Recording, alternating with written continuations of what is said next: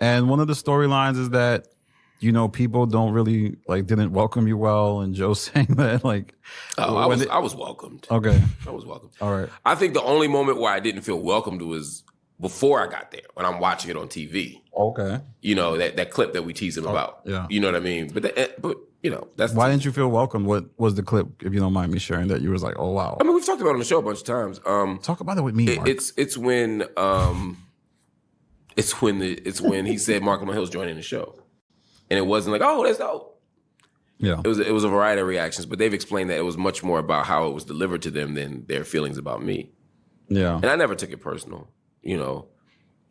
But from the moment I got there, the moment I walked on set, I was well received by everybody. I was shown love by everybody. I was given tips by everybody. I was given support by everybody. It's been nothing but love. What's up?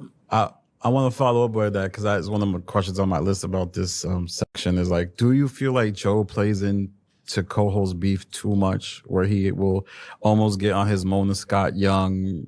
I hear about the VH1 shows where people will be like, oh, yo, Mark said something wild about you. What do you think about that? No. I mean, and I've worked at VH1 and I've been on sets where that's happened, where they go to the people and kind of invite beef, encourage. Joe doesn't do that. No. I don't think so. Like Vince McMahon or some shit.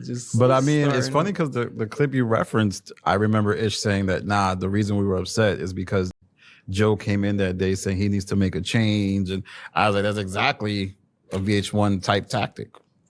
Maybe, or it's an honest tactic. Maybe he was just giving an honest opinion on what was going on.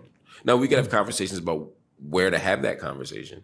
Yeah. But I think he was being honest about what he felt. I'm not saying what the show needed. I wasn't there, but I think he was being honest. I think the other cast members were being honest in terms of how it made them feel. And I think that's dope that there's that level of transparency and honesty on the show.